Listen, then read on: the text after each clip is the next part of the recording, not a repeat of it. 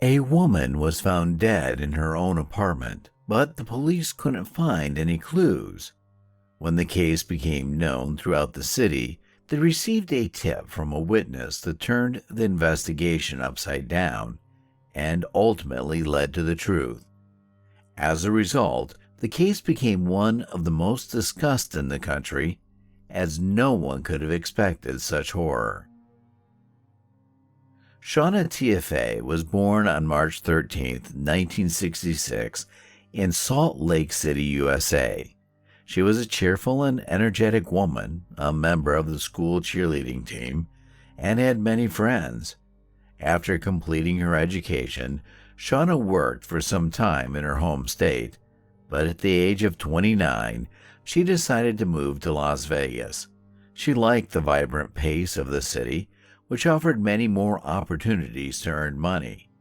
After moving, Shawna worked as a cosmetic salesperson in several elite firms, but in 2001 she decided to become a waitress at the Palms Casino. At that time, the establishment had just opened, but it quickly became one of the most popular casinos in Vegas. It was at this job that Shawna met her future husband, George.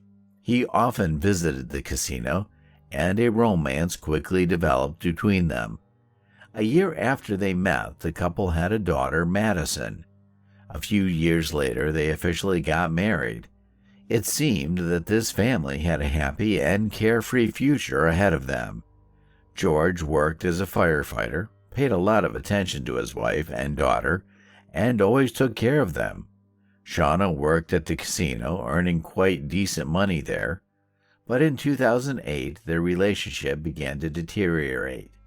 Due to the financial crisis, George lost a considerable portion of his savings, which were invested in real estate. On this basis, he became nervous and irritable, increasingly venting his anger on his wife and daughter. Eventually, the woman decided that they should live separately for some time and moved into her own apartment. The couple went to a family psychologist, but no improvements were observed in their relationship, and they increasingly discussed divorce. Another blow to Shawna was that her apartment was robbed. While she was at work, several valuable items were taken from her home, including her engagement ring. But a strange separate detail was that the thief also took her panties, leaving men's underwear in the apartment. The woman reported the incident to the police, but they could not identify the perpetrator. On the morning of September 29, 2012, 3 weeks after the incident, George picked up his daughter from her grandmother and went to Shawna's apartment to retrieve some of the girl's belongings. They continued to share custody of their daughter, and she was supposed to spend a few days with him. As they approached the apartment, they saw that the garage door was open. When they entered the apartment, they were met with a gruesome sight. Shawna was lying on the floor, blood everywhere. Her 8-year-old daughter witnessed the horrific scene. George immediately called the police and reported what had happened. The 911 operator asked them to go outside with the woman and wait for the officers. Investigators began to study the crime scene and determined that Shawna was likely attacked near the stairs on the second floor of the apartment. The house was in complete chaos. Many things were scattered and broken, indicating a struggle between the victim and the perpetrator. Medical experts found serious injuries on Shawna's body and initially thought that her death may have been caused by a gunshot wound. However, they soon realized that all these injuries were inflicted by a heavy, blunt object, most likely a hammer. After interviewing neighbors, the police received 2 leads between 3:30 and 4 a.m. One of the residents in the same building heard some noise from the woman's apartment. He didn't pay much attention to it because he knew that Shawna was coming home from work at that time. Another neighbor found her phone, documents, and cosmetics on a nearby street, which indicated that the perpetrator either intentionally threw them away while fleeing the apartment or accidentally dropped them. Investigators reconstructed the timeline of events that night. On surveillance cameras at the casino and its parking lot, they saw Shawna finishing her shift and leaving for the parking lot. Nothing on the footage indicated that the woman was alarmed or in any danger. Detectives concluded that the killer was likely already in her apartment when she returned home. As usual, the first suspicion fell on her husband, George. The police have already found out that the couple was getting ready for a divorce. They also talked to Shawna's friends and learned about the problems in their relationship. Everything looked as if he really fit the role of a killer. However, the detective found that the man had an unquestionable alibi for that night. He was on a 12-hour shift at the fire department. This was confirmed by all his colleagues and camera recordings. Thus, the police did not have any serious clues. They immediately learned that the woman's apartment was robbed 3 weeks earlier and tried to understand if there was any connection between these events. The version was being developed that the robber might have returned, but did not have time to leave the house before Shawna arrived. A struggle broke out between them, and he killed her.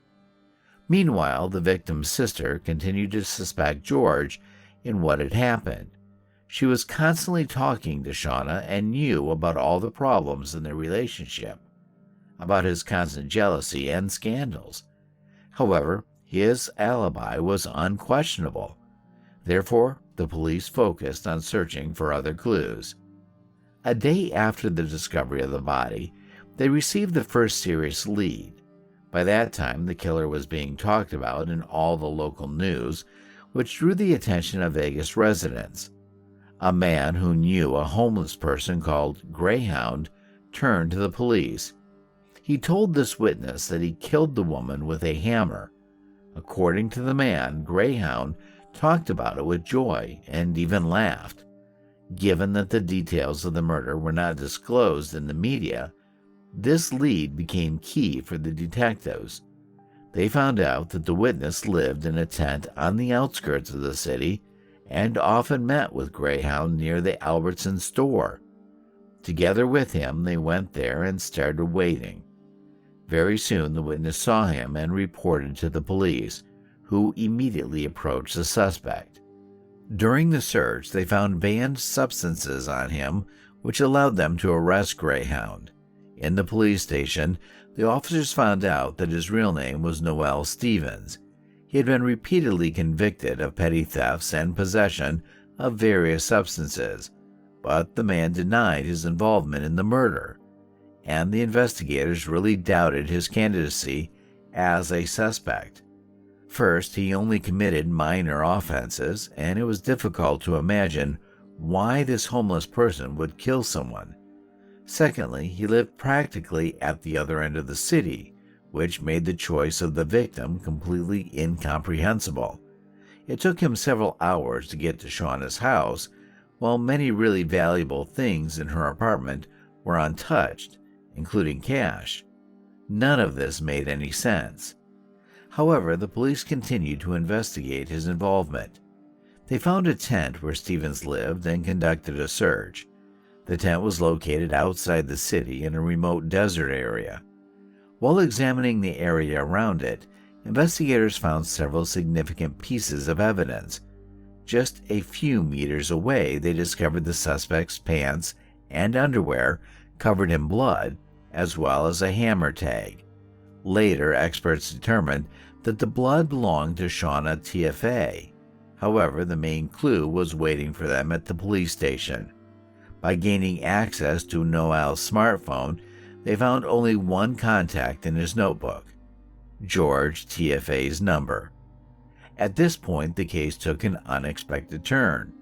From conversations with Shawna's friends and relatives, investigators learned that George had been friends with a homeless man for several years, whom he entrusted with various household and yard work. The woman often complained about him to her acquaintances when he came to fix something. According to her, he behaved strangely and even creepily, but George never took her concerns seriously. Thus, detectives found the missing link between the killer and the victim. But the main question remained whether George had any involvement in this, or if Stevens chose the woman as a victim simply because he knew Shawna and her work schedule. With the help of the hammer tag, the police found out when and where the hammer, which was most likely the murder weapon, was purchased. By requesting surveillance camera footage, they were shocked to see Stevens and George TFA walking into the store and buying the same hammer. At this point, investigators realized that Shawna's husband could indeed be the mastermind behind this horrific murder. When all this evidence was presented to Stevens, he finally decided to confess to what he had done. The man admitted that he did indeed kill Shawna, but only on the orders of her husband. According to Stevens, George paid him $600 for it. They had been planning this crime for several months. The man bought dark clothes for Stevens and gave him a duplicate of the keys to her apartment. 3 weeks before the murder, he asked the homeless man to break into her house and stage a robbery so that later the police would be confused and conduct their investigation along that line. On the night of the murder, Stevens snuck into her apartment again and waited for the woman to come home. After she arrived and began to walk up to the second floor, he came out of his hiding place and attacked her.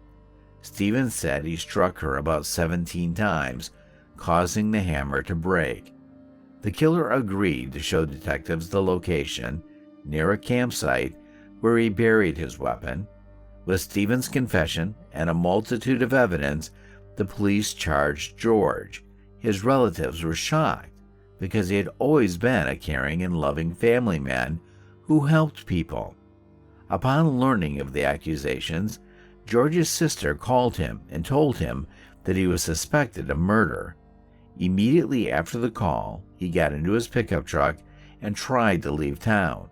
However, at the exit, the man crashed into a fence and flew off the road. The police who arrived at the scene concluded that he deliberately caused the accident in an attempt to take his own life, and there were no tire marks on the path of the car. George did not even try to brake, but only pressed on the gas pedal. However, he did not succeed in his goal. With medium injuries, the man was taken to the local hospital. 2 days later, the police informed him that he was arrested for murder.